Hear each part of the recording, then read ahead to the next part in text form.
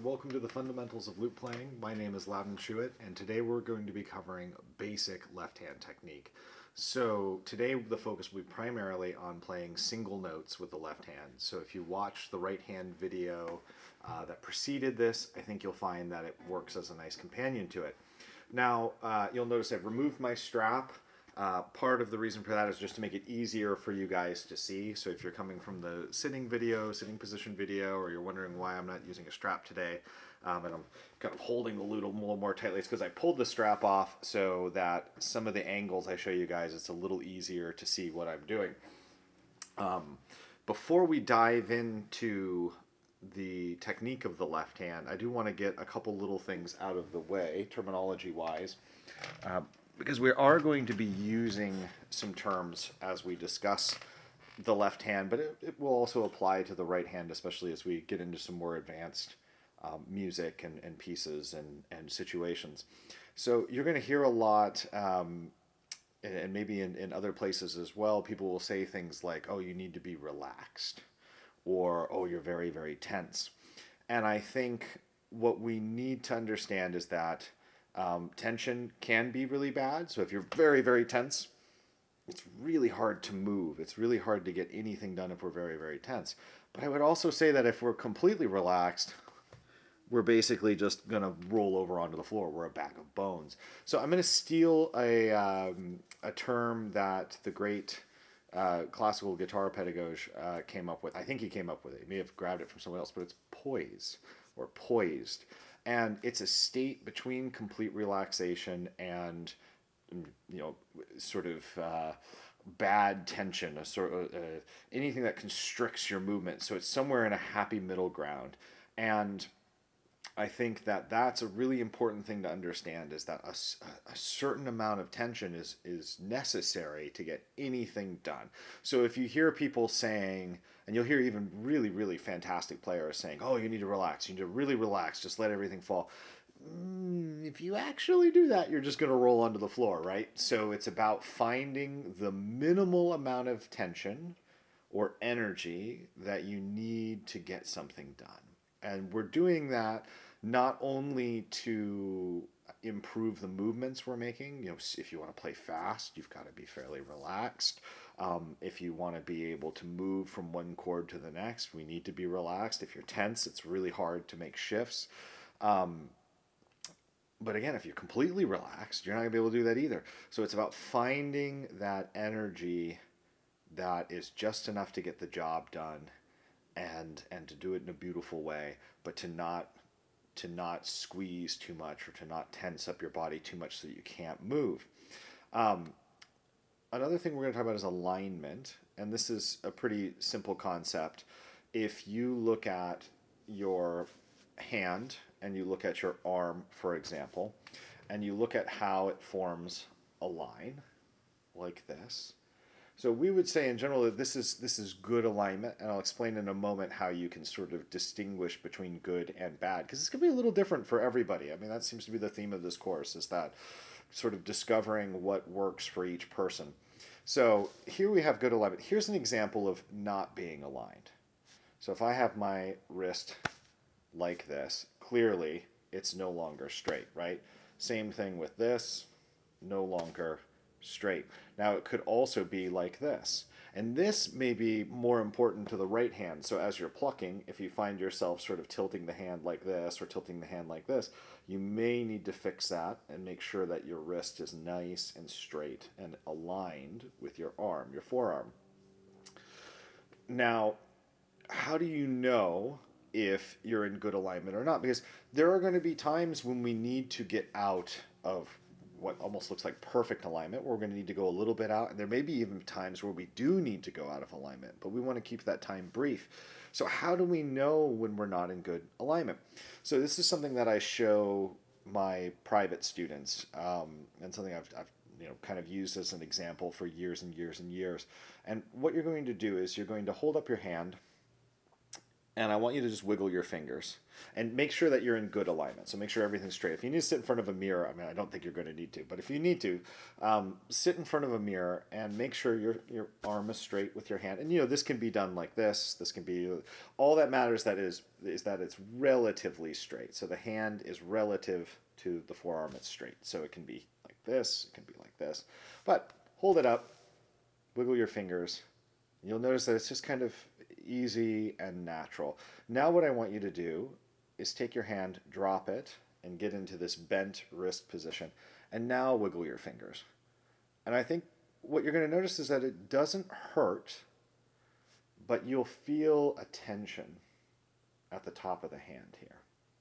And this tension at the top of the hand, if you stay in this position for 30 minutes or an hour, and you do it for a couple days in a row, which is what your practice sessions hopefully will be, it'll start to cause damage. You'll start getting things like carpal tunnel. Same thing here.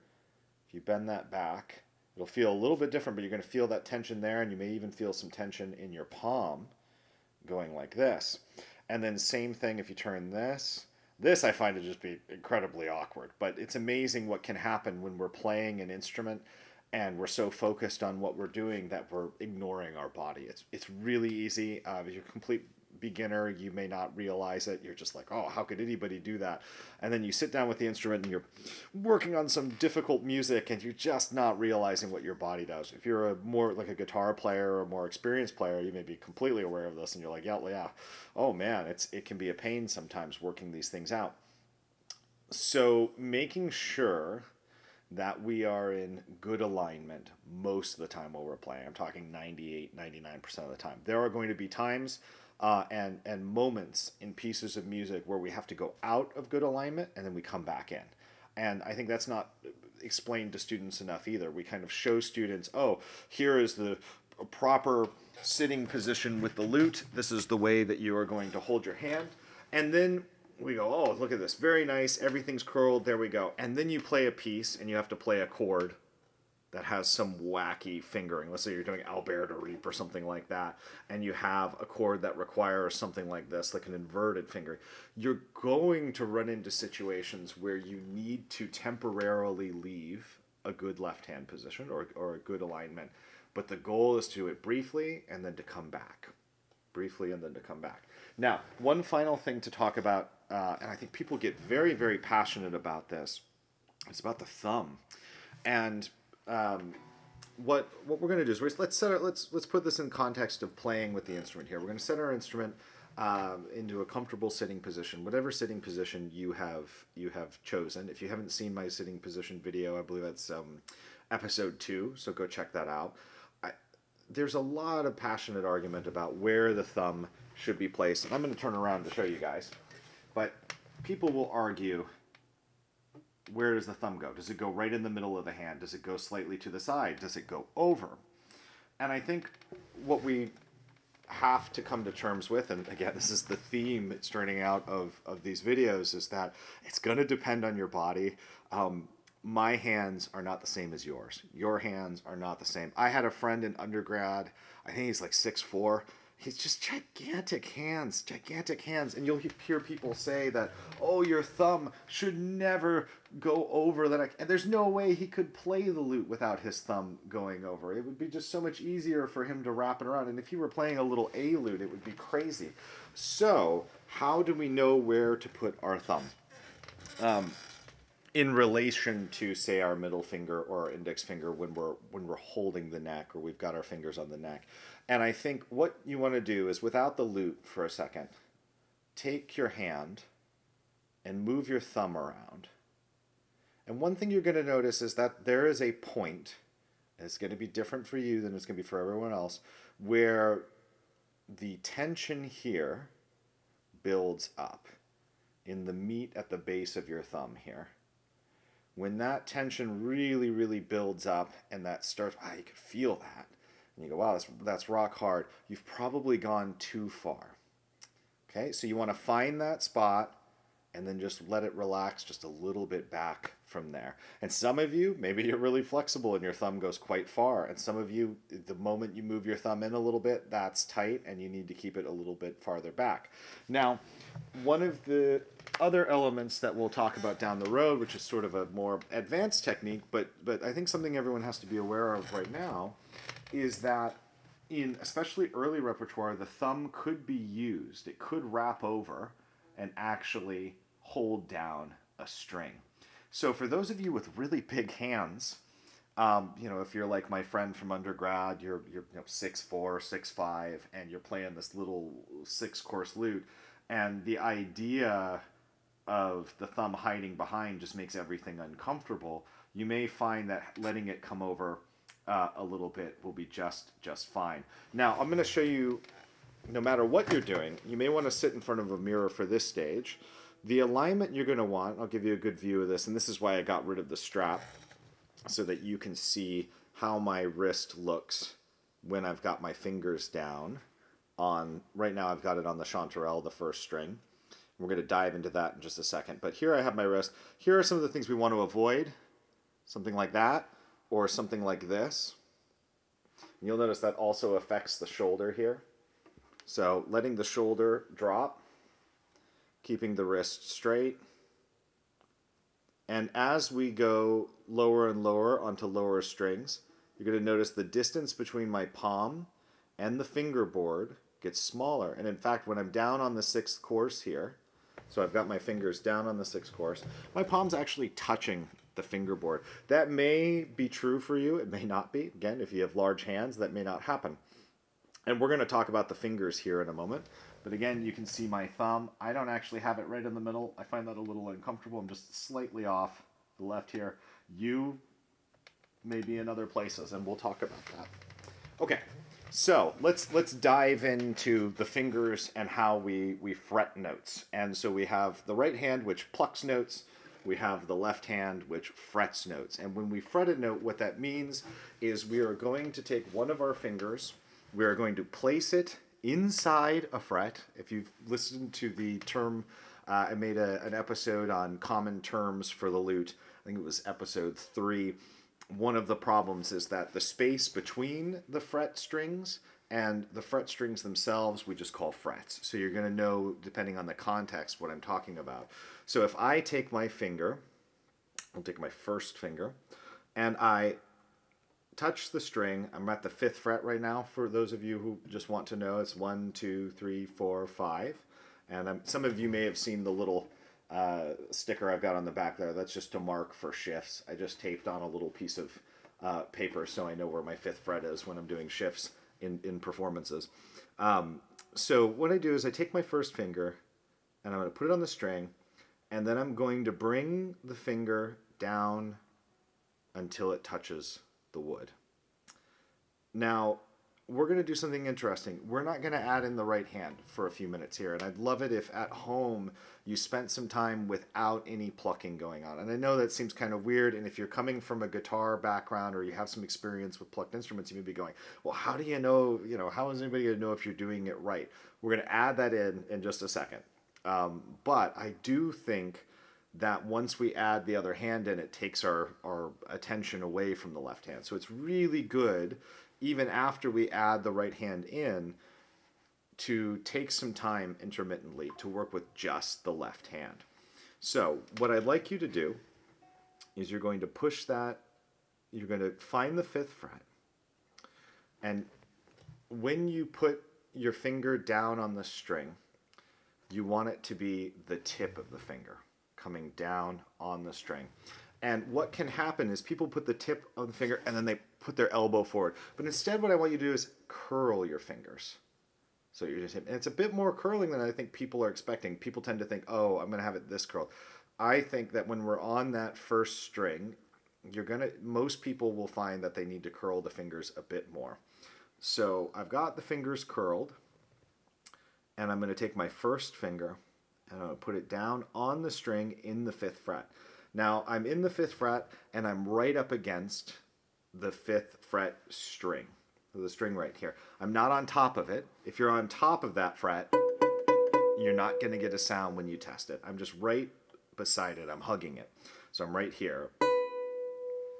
And what we're going to do is, I'm not going to have you test it just yet, but you're going to get that finger down, and what you're going to try to do is get the string to the wood of the fingerboard, and once you reach that, you're not going to add any more pressure. Not yet. We're just being very, very relaxed about it. And if you've noticed that your thumb is starting to squeeze on the back of the neck, what I want you to do is just take a moment and relax that. If you're finding that things are really unstable, you may want to examine your sitting position again. Things are a little unstable for me today because I took that strap off. So what I am doing is I'm counterbalancing a little bit with my right arm. So just like a teeter-totter. My finger is pushing down on the string and my arm is just wrapped around, and it's providing a little bit of a counterbalance. That really takes a lot of the pressure off the thumb. I mean, one of my arguments has always been that you technically should be able to play without the thumb on the back if you really, if you really were forced to. Like say I broke my thumb or something happened and I couldn't do it. It's a helpful exercise to try playing without the thumb on the back. So I want you to feel that, and just like with the right hand beginning exercises, you're going to put your finger down, and I kind of want you to just take a moment to examine everything that's going on. Is your shoulder shooting up to your ear? Is your arm in a weird place? Is your thumb wrapped around tightly and your wrist is up so you've broken alignment? So you're just getting the finger down and then examining the situation. We're going very, very slowly here. And for those of you who are at a higher level, my whole point with this series is to have a very comprehensive lute education. So my goal, hopefully by episode 150 or whatever, is going to be looking at Albert de Riet fantasies and Doland and things like that. But I want to make sure we cover these basics so that everybody can kind of go along together. And if you're an intermediate player and you feel like you've got gaps, this is an opportunity to really think about some things. Or an advanced player, or even a professional. So it's always good to reevaluate what you're doing.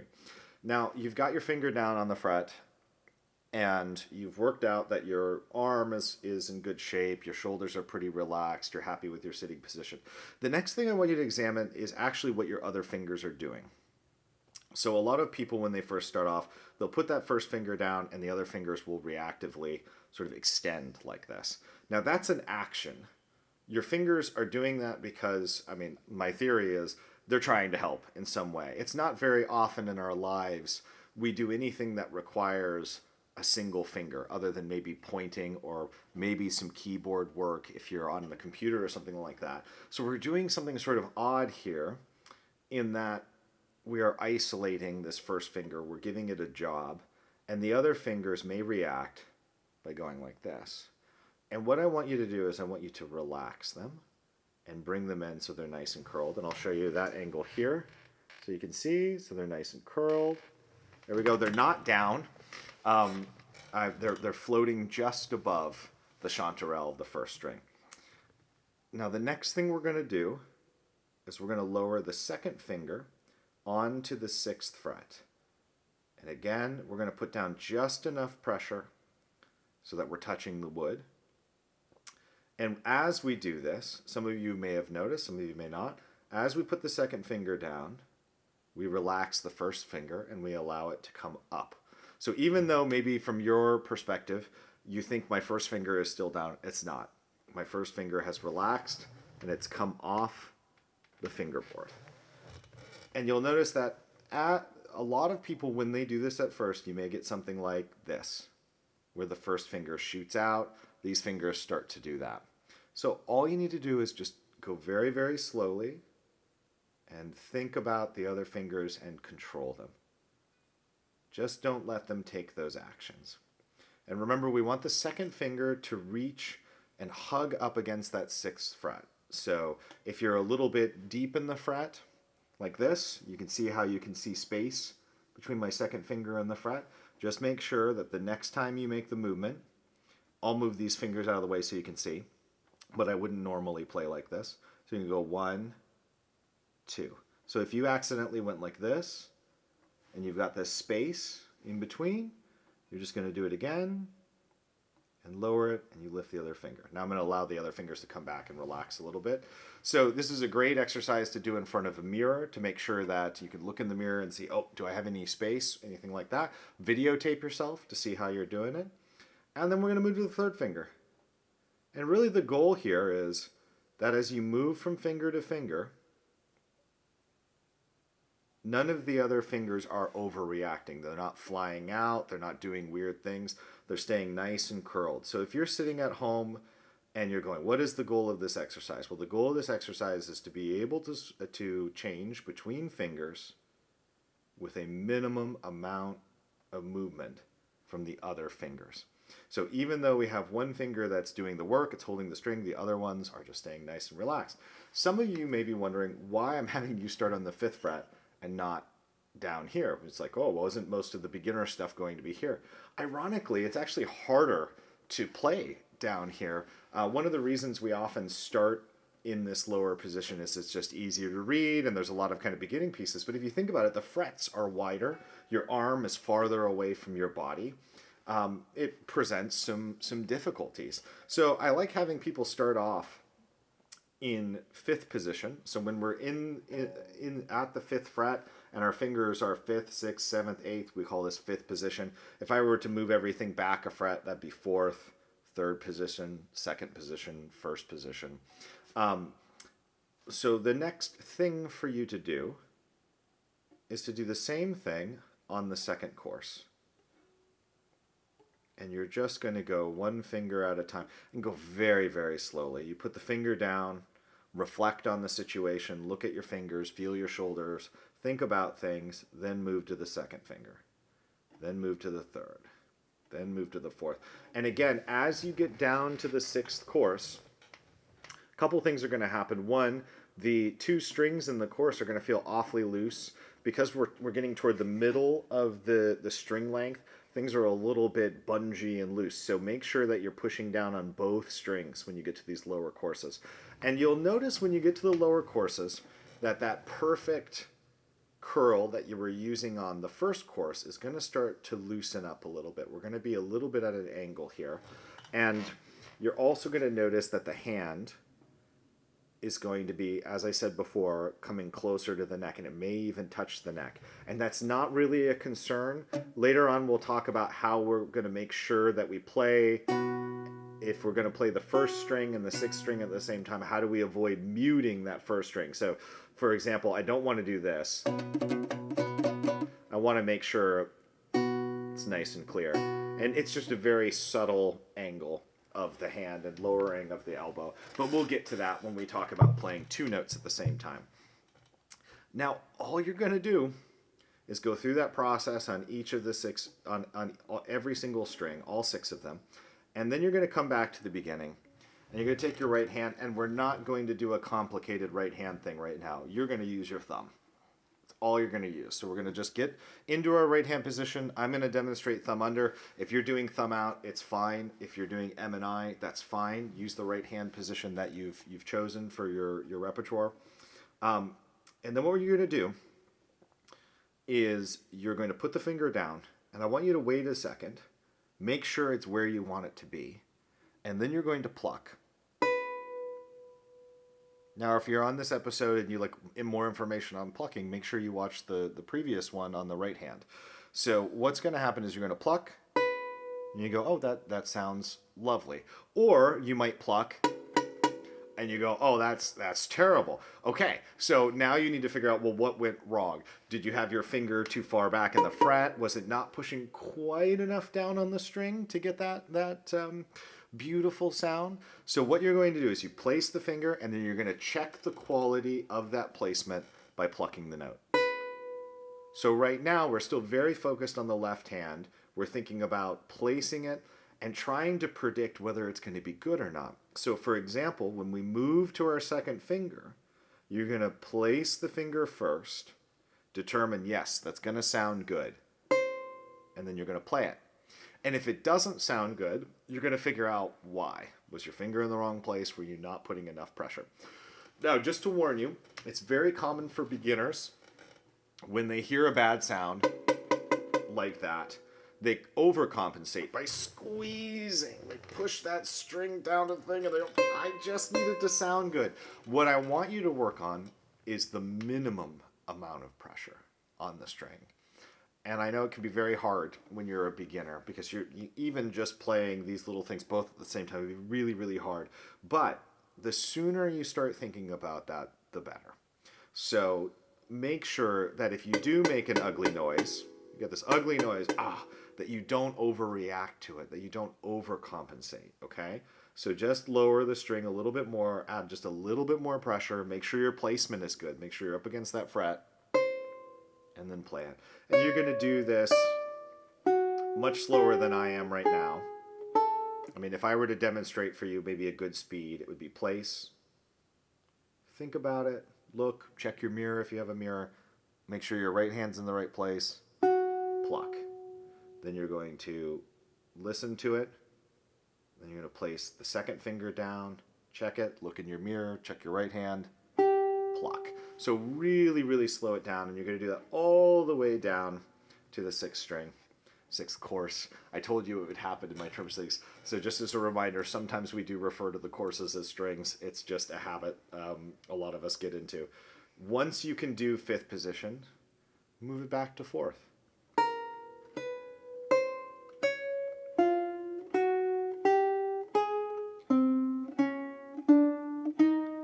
And then move it back to third, move it back to second, move it back to first, until you can do it all the way.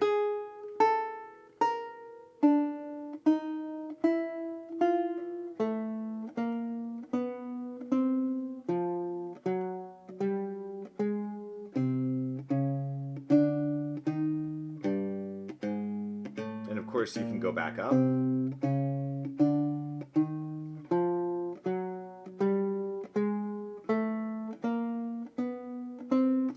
And you'll notice, once again, for this video, I did not give you any exercises or examples in written form. Part of the reason is I really don't want you just yet looking at anything. I want you focused on the instrument. I want you listening. I want you watching your hands and doing all of that.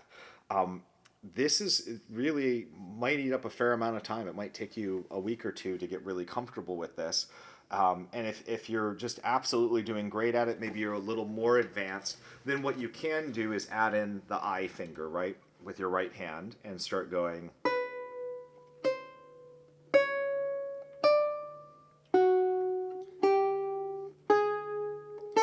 But just be careful. Don't allow yourself to miss this opportunity to really think about the left hand and really work on it. So obviously there's a ton more.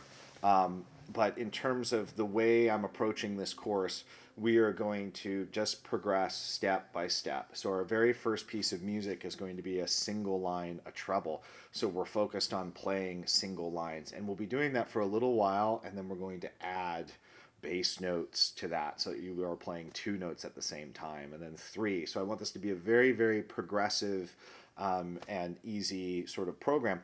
If you're an intermediate or advanced player and you are feeling like, oh man, I don't want to wait that long to get into some more advanced topics, I did release a book with Mel Bay, and I will put that link there, and you're welcome to look at that. Or you can just be patient, and I'm going to get there. Throw some questions. I'm always happy to answer things in the comment section.